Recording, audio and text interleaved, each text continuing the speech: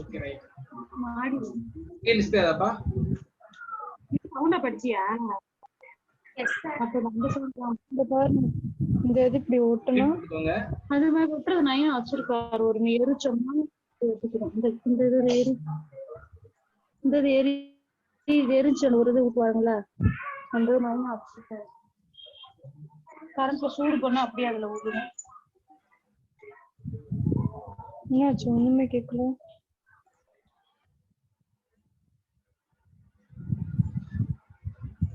Okay, screen display adappa.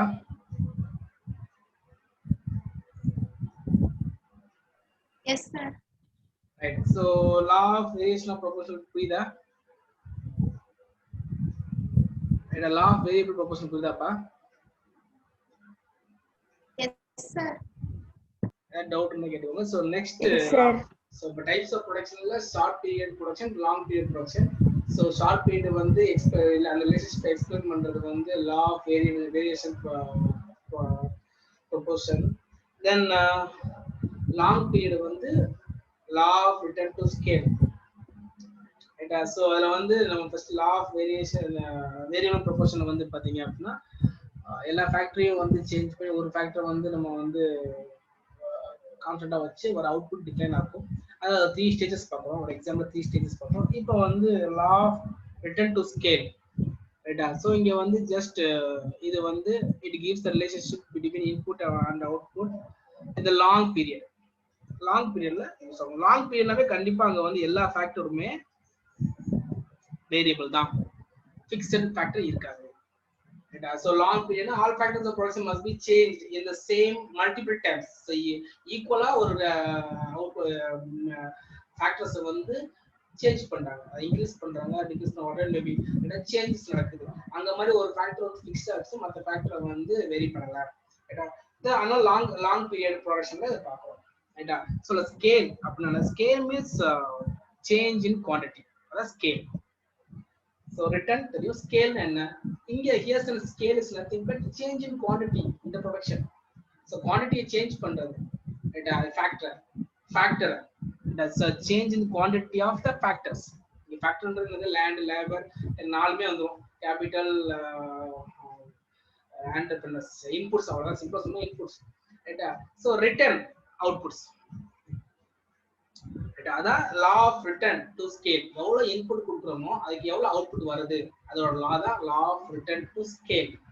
Right. So இங்க வந்து specific என்ன சொல்றோம், என்ன வருதுன்னா is the law of return to scale explains proportional change in output with respect to proportional change in input. So based on the input, output will be different. Another all the factors will be varied in the law of return to scale. adla experiment long period. Right. So output வந்து இது base பண்ணி இருக்கும். அங்க வந்து output decline ஆகும், ஏன்னா ஒரு factor வந்து ஃபிக்ஸ்டா இருக்கு. ரைட்டா. சோ இது எப்படி நம்ம வந்து எக்ஸ்பிளைன் பண்ணலாம், அதுக்கு வந்து நமக்கு வந்து 3 கேட்டகரி இருக்கு. ரைட்டா. 3 கேட்டகரி என்னன்னா increasing return to scale, constant return, then it is not a constant, ரெண்டுமே constant போடுங்க, அது diminishing. ரைட்டா. So diminishing return to scale heading தப்பா போடுங்க, படிங்க கரெக்ட்டா. ரைட்டா. So increasing return, right, then constant return, then diminishing return to scale. ரைட்டா. சோ 3 கேட்டகரிஸ்ல வந்து கிளாசிஃபை பண்ணலாம். ரைட்டா. increasing return ஆனது change in output of organization is greater than proportional change in input. அதிகமா பண்றப்ப input எவ்வளவு அதிகம் கொடுக்கிறோமோ அதை விட output அதிகமா வரும். அதான் increasing return to scale. For example, to produce a particular product, if the quantity of input is doubled and the increase in output is more than double, நம்ம input வந்து டபுளா இன்க்ரீஸ் பண்றோம், பட் அவுட்புட் வந்து டபுளா வருது அப்படின்னா அது வந்து increasing return to scale. கொடுத்துருக்க இன்புட்டை விட இன்புட் எவ்வளவு மடங்கு இன்க்ரீஸ் பண்ணுமோ அதை விட அதிகமா அவுட்புட் வந்துச்சு, அதான் increase return to scale. Then constant return.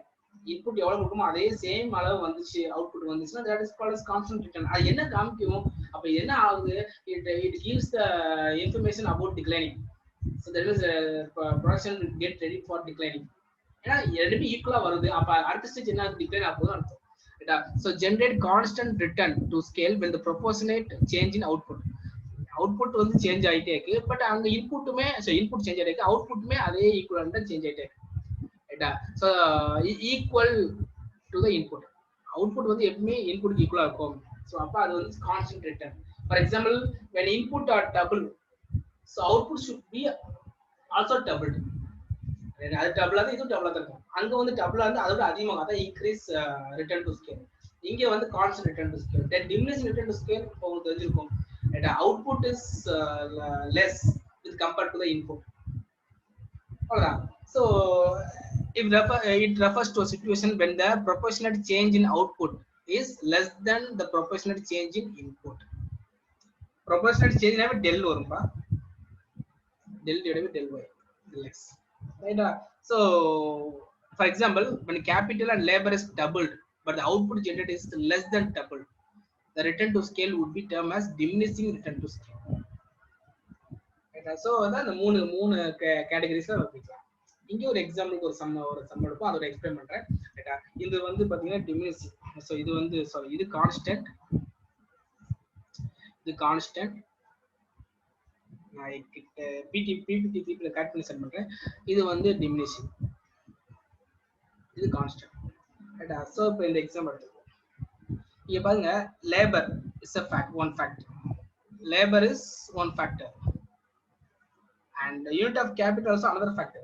So இங்க லேபரும் வேரி ஆகுது, லேபரும் 1 க்கு 2 2 க்கு 3 4 5 வேரி ஆயிட்டு இருக்கு, அதே மாதிரி இதுவும் வேரி ஆகுது. ஸோ அப்ப both factors are varied. இங்க ரெண்டு ஃபேக்டர் தான், ரெண்டு ஃபேக்டருமே வேரி ஆகுது. ரைட்டா? இங்க நம்ம வந்து average output margin output check பண்ண தேவையில்லை, ஏன்னா நமக்கு வந்து ஃபிக்ஸ்டா நம்ம எதுவும் வைக்கல. ரைட்டா? ஸோ இங்க எல்லாமே வேரியபிள் தான். ரைட்டா? ஸோ அதோட இன்க்ரீஸ் பெர்சன்டேஜ் இன்க்ரீஸ் எப்படி கண்டுபிடிக்கிறது? பெர்சன்டேஜ் நீங்க யூஸ் பண்ணிட்டீங்க அப்படின்னா அதை நீங்க ப்ரீவியஸ் செக் பண்ணணும். ப்ரீவியஸ் இங்க இல்லை, அதனால ஹைஃபன் போட்டுருக்கோம். ஸோ இங்க வரப்ப ப்ரீவியஸ் பாருங்க, இங்க வந்து பாத்தீங்கன்னா 2 - 1 2, இங்க இது 9 இல்ல 6 6 - 3 2. ரைட்டா? அப்ப so 6 - 3 divided by 2, ரெண்டுமே இது பார்ப்போம். 3 divided by sorry ப்ரோசைட் பண்ணுங்க. ரைட். இப்ப தேர்ட் காலம் வந்து பாத்தீங்கன்னா percentage change, percentage increase in labor and capital. So first இத பார்ப்போம். 6 - 3 ரைட்டா? divided by old என்னது 3. So 6 - 3 3 divided by 3 1. 1% நீங்க போட்டீங்கன்னா into 100 போட்டா 100%. So 100%. அதே மாதிரி இதுவும் பாத்தீங்கன்னாவே நமக்கு வந்து 2 - 1 divided by இனிஷியல் வேல்யூ, அப்பதான் நீங்க பர்சன்டேஜ் கண்டுபிடிப்பீங்க. ரைட்டா? 1. ஸோ அதுவும் உங்களுக்கு 100% வரும். இப்போ அடுத்த 2 எடுங்க. நெக்ஸ்ட் 2 எடுத்தீங்க அப்படின்னா 9 - 6 divided by 6, second value minus first value divided by first value, ரைட்டா? into 100. இந்த பர்சன்டேஜ் பார்க்குற பேசிக் கால்குலேஷன் ஃபார்முலா. இந்த ஃபார்முலா நீங்க படிக்க வேணாம், பட் தெரிஞ்சுக்கோங்க. ரைட்டா? So 9 - 6 3 divided by 6 into 100 into 100. So அப்போ 1/2 into 100 50%. இதுவும் அப்படிதான். ரைட்டா? 3 - 2 divided by 2, அப்போ 1/2 into 100 போட்டீங்கன்னா 50% தான். So likewise we can find the percentage of labor and capital. ரைட்டா? ஸோ அதோட இன்க்ரீஸ், இது வந்து எக்ஸாக்ட் பர்சன்டேஜ் கண்டுபிடிக்கல, just we are finding the increase in percentage. increase in percentage நீங்க இப்படி தான் கால்குலேட் பண்ணணும். நீங்க எந்த இதுக்கு வேணா கால்குலேட் பண்ணிக்கலாம். ரைட்டா? ஸோ இப்போ ஃபார் எக்ஸாம்பிள் நான் வந்து ரேண்டமா ஒரு வேல்யூ செக் பண்றேன். இது எடுப்போம். அப்போ இங்க 15 மைனஸ் ப்ரீவியஸ் வேல்யூ என்னது 12 divided by ப்ரீவியஸ் வேல்யூ, அப்போ 3/12 into 100. அதே மாதிரி இங்கேயும் இதுக்கு நேரம் பாருங்க, 5 - 4 divided by 4 into 100. ரைட்டா? So like this we can find the value. Total output ரைட்டா. So total output given. அதே மாதிரி increase percentage increase in total production, total அவுட்புட்டோட பர்சன்டேஜ் இன்க்ரீஸ். அதே same procedure 30 minus 10 divided by 10. அப்ப 20 divided by 10 into 100 percentage into 100. So அப்ப 200%. அடுத்து 100%, அடுத்து 33%, 25%, 10, 8.3 எல்லாமே வரும். ஸோ இப்போ இதில் பாருங்க, இப்போ ஜஸ்ட் ஐம் கோயிங் டு நம்ம 3 ஸ்டேஜஸ் சொல்றோம். எதுல வேரி அவுட்புட் வேரியில வந்து பாத்தீங்க அப்படின்னா நம்ம வந்து we are finding 3 stages. 3 stages நம்ம இருக்கோம். என்ன stage? Increase return to scale, then constant return to scale, then diminishing return to scale. நம்ம கொடுக்குற வேரி ஆகிற அவுட்புட் இன்புட்டுக்கு ஏற்ற மாதிரி அவுட்புட் வந்து சேஞ்ச் ஆகும். அந்த அவுட்புட் சேஞ்ச் ஆகுது எப்படி சேஞ்ச் ஆகுது அப்படின்னா 3 ஸ்டேஜ்ல சேஞ்ச் ஆகுது. பட் இங்க ஃபேக்டர்ஸ் வந்து ஃபிக்ஸ்டா இல்ல. இப்ப பாருங்க, இன்க்ரீஸ் இது வந்து பாத்தீங்கன்னா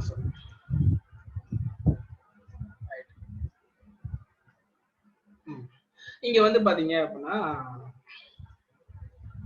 அவுட்புட் இங்க 100 இது லேபர் வந்து இன்புட் வந்து 100%, அவுட்புட் வந்து 200%. அப்ப இது இன்க்ரீஸ் ஆகுது.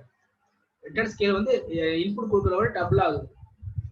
அதான் increase return to scale. 50% input இருக்குது வந்து பாத்தீங்க அப்படின்னா 100% அவுட்புட்டா நமக்கு வருது.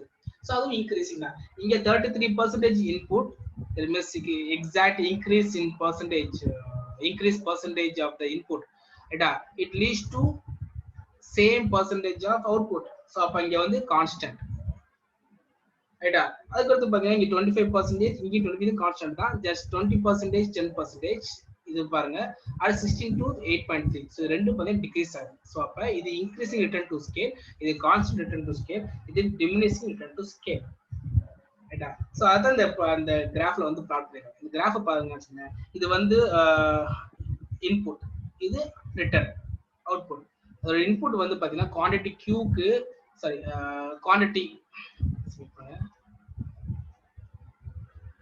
குவாண்டிட்டி கியூ ஒரு இன்புட் இருக்கு.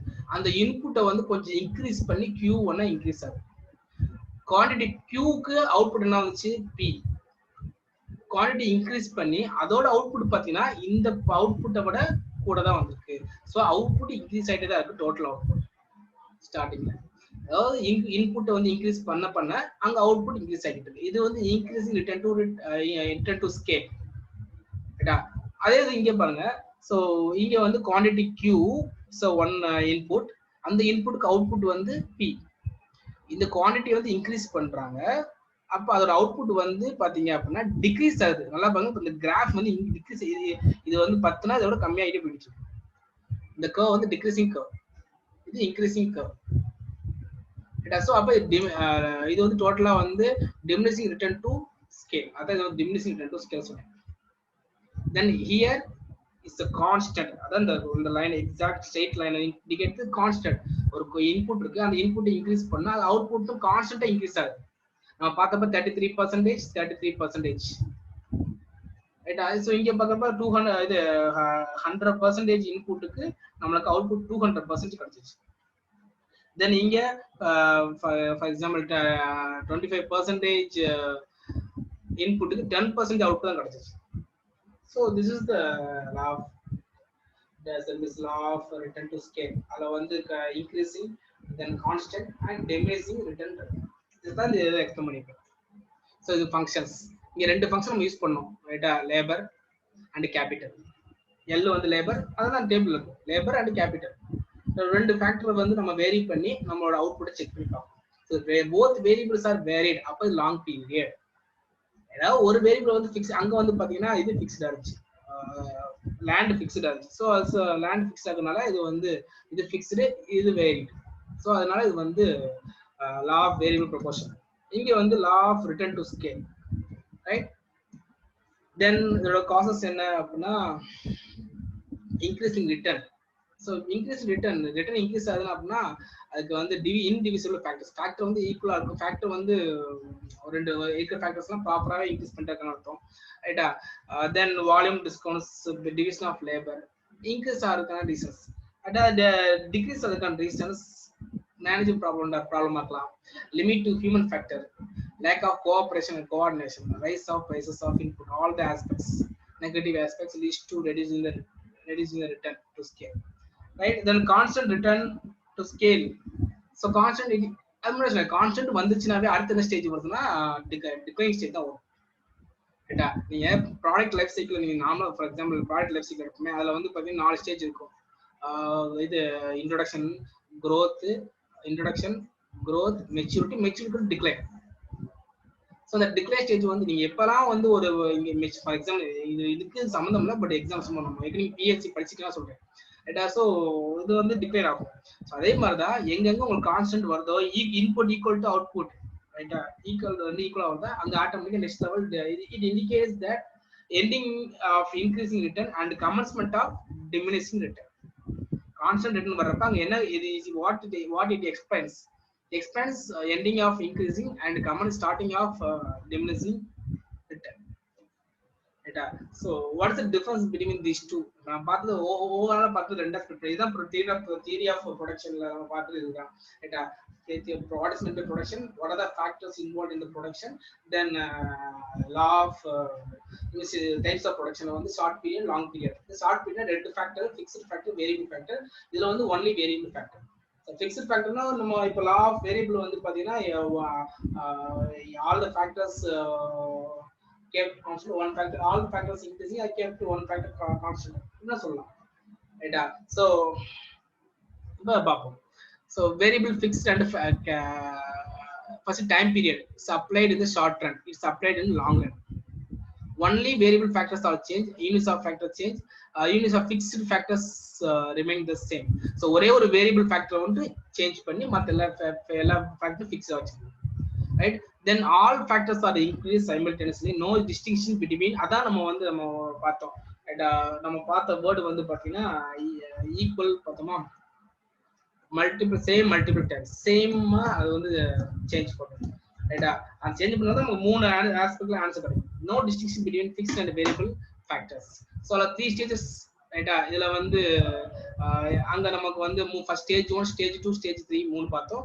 அதே மாதிரி இங்க வந்து இன்க்ரீசிங், கான்ஸ்டன்ட் அண்ட் டிக்ரீசிங். அங்க ஸ்டேஜ் 1, ஸ்டேஜ் 2, ஸ்டேஜ் 3 அந்த ஸ்டேஜ் தான் இங்க இன்க்ரீஸ். ஒரு ஃபர்ஸ்ட் டைம் இன்க்ரீஸ் ஆச்சு, அப்புறம் டிமினிஷ் ஆச்சு. நம்ம கூட மார்ஜினல் ப்ராடக்ட் வந்து பாத்தீங்கன்னா இன்க்ரீஸ் ஆகுது, மார்ஜினல் ப்ராடக்ட் ஆவரேஜ் ப்ராடக்ட் ரெண்டுமே வந்து பாத்தீங்கன்னா டிக்ரீஸ் ஆகுது. தென் மார்ஜினல் ப்ராடக்ட் வந்து லெஸ் தென் 0 போச்சு, நெகட்டிவா போச்சு கிராஃப்ல பிளாட் பண்றப்ப. இல்ல increase return, constant return, decrease return, 3 returns.